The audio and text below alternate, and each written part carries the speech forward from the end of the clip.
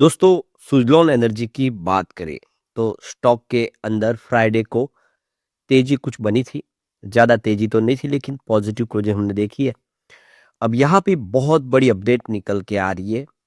आपको ये पता ही होगा कि कोई भी विंड टरबाइन बनाने के लिए उसमें रियर अर्थ मैग्नेट की काफ़ी ज़्यादा ज़रूरत पड़ती है और सारा रियर अर्थ मैग्नेट चाइना से इंपोर्ट करना पड़ता है। और जिसकी वजह से आप देखें तो इनपुट कॉस्ट भी बढ़ जाती है और कई बार प्रॉब्लम भी होती है, समय पे प्रोडक्शन नहीं हो पाता। अब यहाँ पे इंडिया और जर्मनी मिलके रियर अर्थ मैग्नेट बनाएंगे इंडिया में।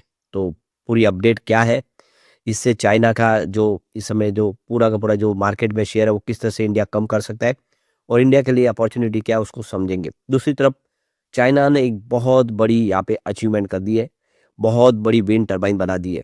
ऐसी विंड टरबाइन जो कम से कम 70-80 हज़ार करोड़ की बिजली को पूरे साल में जितनी खपत है उसको पूरा कर सकता है। क्या आने वाले इसमें सुजलॉन भी इस तरफ आगे बढ़ेगा, समझने की कोशिश करेंगे इस वीडियो के माध्यम से। लेकिन फ्रेंड्स, उससे पहले अगर आप पहली बार हमारे चैनल पे आए तो चैनल को सब्सक्राइब कर दीजिए, एक बेल आइकॉन दबा दीजिए ताकि जब भी नया वीडियो बने पहला नोटिफिकेशन आपको मिले। वीडियो पसंद आए तो लाइक से जरूर कीजिए। चलो फ्रेंड्स, वीडियो स्टार्ट करते हैं। मैं हूँ आपका दोस्त SB दवे और हमारे अपने चैनल ऑनलाइन कमाई में आपका बहुत बहुत स्वागत। तो सबसे पहले सुजलॉन एनर्जी के कारोबार की बात करें तो 48.04 पर क्लोजिंग थी फ्राइडे को। 0.38% की तेजी के साथ आप देख सकते हो कि BSE पर।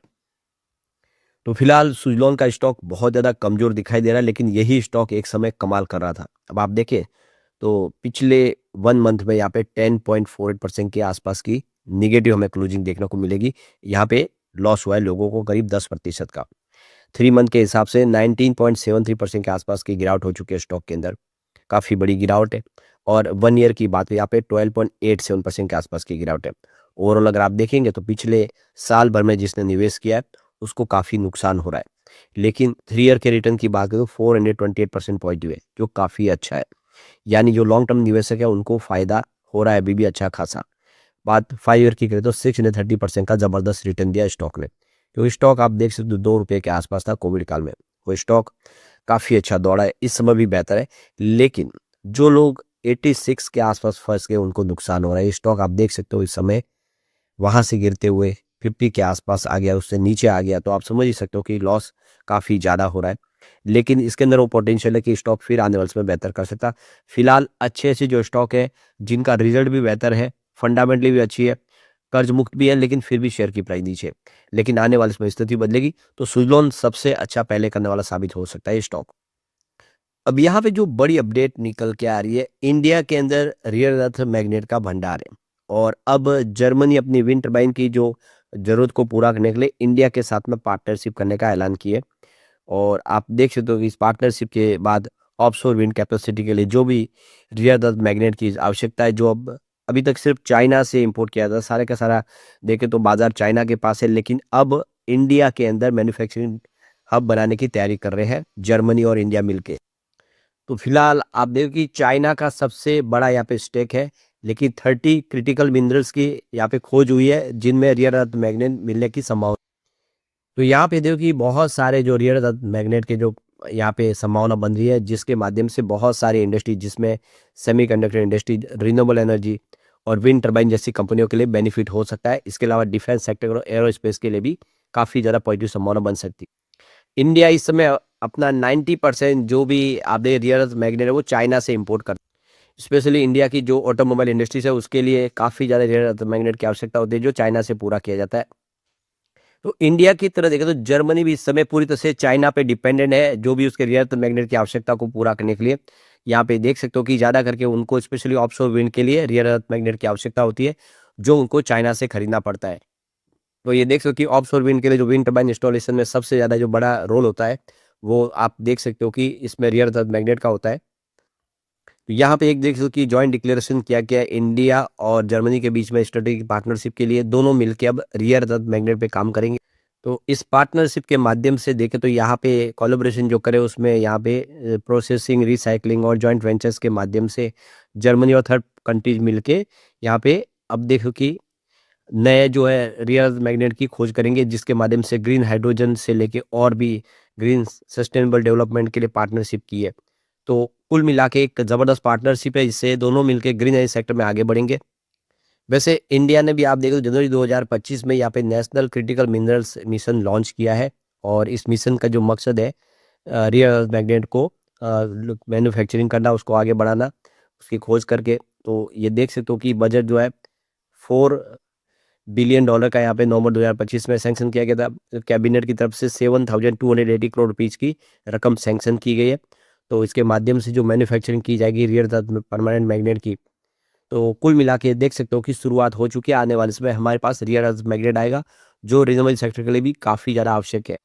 तो इस समय जर्मनी अपना जो भी देख सकते हो कि रियल अर्थ मैग्नेट मान विंड इंडस्ट्रीज के लिए वो 90% चाइना से आता है, लेकिन इनका प्लान है कि आने वाले 2030 तक वो 30% जो भी रियल अर्थ मैग्नेट है वो चाइना के अलावा दूसरी कंट्री से भी इंपोर्ट करना चाहेंगे। तो कुल मिला के अब देख सकते हो कि उनकी नज़र इंडिया की तरफ ही है। तो यहाँ पे देख सकते हो कि इस समय जर्मनी का जो अनुभव है इंडिया के साथ मिलके इस सेक्टर में नया रिवॉल्यूशन ला सकता है। फिलहाल आप देखें तो हमारी न्यू रिन्यूएबल एनर्जी मिनिस्ट्री की तरफ से 70 गीगावाट की पोटेंशियल ऑफशोर विंड की कैपेसिटी आइडेंटिफाई की गई है, स्पेशली तमिलनाडु और गुजरात में। और जर्मनी ने अभी 9.2 गीगावाट की इंस्टॉल कैपेसिटी ऑफशोर विंड की उनकी अभी तक प्राप्त की है।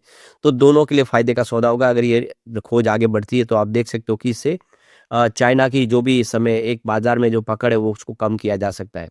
यहाँ पे जो बड़ी अपडेट निकल के आ रही है, चाइना ने दुनिया का सबसे बड़ा विंड टरबाइन बनाया, 20 मेगावाट का विंड टरबाइन।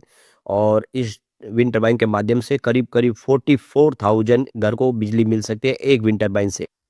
तो ये देख सकते हो कि 130 फीट यानी 40 मीटर इन डेप्थ में वाटर के अंदर ये विंड टरबाइन ऑपरेट कर रही है। और आप देखिए ऑफशोर विंड के माध्यम से जो इसकी टोटल साइज देखें तो ये 571 फीट है, यानी से 174 मीटर, यानी आपकी जो 58 स्टोरी बिल्डिंग के बराबर है इसकी विंड टरबाइन की साइज है। इसका रोटर और डायमीटर की साइज देखें तो 984 फीट है, यानी 300 मीटर की मतलब ये रोटर डायमीटर है। आप इससे क्लियरली समझ सकते हो कि कितनी बड़ी ये बिग साइज का इन्होंने विंड टरबाइन बनाया है। अब देखिए एक ब्लेड की साइज देखें तो 482 फीट की यानी 147 मीटर की इन्होंने एक ब्लेड की साइज है। आप समझ सकते हो कितनी बड़ी साइज। जब ये विंड टरबाइन एक फुल रोटेशन करता है तो आप समझिए कि 10 स्टैंडर्ड फुटबॉल फील्ड के जितनी इसका एरिया हो जाता है। आप इससे समझ पाओगे कि कितनी बड़ी एरिया में ये विंड टरबाइन घूमती है और आप इससे समझ सकते हो कितनी ज़्यादा बिजली का निर्माण होगा। तो इस एक विंड टरबाइन के माध्यम से देखें तो जो बिजली जनरेट होगी करीब 80 मिलियन किलोवाट आवर बिजली पर ईयर जनरेट होगी। आप समझ सकते हो पर एनम की जो 44,000 हाउस होल्ड की जो डिमांड है उसको पूरा कर सकता है एक विंड टरबाइन। तो क्लियर है कि आप समझ सकते हो कि ये बहुत बड़ी एक जीत है और ये जो अचीवमेंट है इससे रास्ते नए खुल रहे कि एक विंड टरबाइन से इतनी ज़्यादा बिजली का निर्माण किया जा सकता है और वो भी समुद्र के अंदर, जहाँ पे जगह की आवश्यकता की कोई प्रॉब्लम नहीं है। ऐसे में अगर सुजलॉन भी इस तरफ आगे बढ़ता है तो सुजलॉन के लिए एक बड़ा बाजार खुलता हुआ दिखाई दे सकता है। वो इंडिया की बिजली की खपत को काफ़ी मात्रा में पूरा कर सकता है। अब सुजलॉन के बिजनेस की बात करूँ लगातार बढ़ रहा। देखिए मार्च 2023 में इनका 5,971 करोड़ का सेल्स था, जो लगातार बढ़ते हुए टीटीएम 15,029 करोड़ तक पहुंच गया है। लगभग आप देखें तो 3 गुना सेल्स बढ़ गया है, ये बहुत अच्छी बात है। ऑपरेटिंग प्रॉफिट भी जबरदस्त बढ़ा है, 833 करोड़ के आसपास था मार्च 2023 में, जो 2,752 करोड़ तक पहुंच गया, जबरदस्त जंप है। नेट प्रॉफिट 2,887 करोड़ के आसपास था 23 में, जो इस टीटीएम 3,230 करोड़ तक पहुंच गया है। वाकई में काफ़ी अच्छा ये रिजल्ट है और उम्मीद है कि आने वाले समय सुजलॉन और बेहतर करेगा। लेकिन फ्रेंड्स, कोई भी इन्वेस्टमेंट करने से पहले अपने फाइनेंशियल एडवाइजर से एडवाइस ले ले या अपना खुद का रिसर्च करें, क्योंकि मैंने वीडियो आपके एजुकेशनल पर्पज के लिए ही बनाया। वीडियो पसंद आए तो लाइक से जरूर कीजिए और चैनल को सब्सक्राइब कर दीजिए। Thank you friends.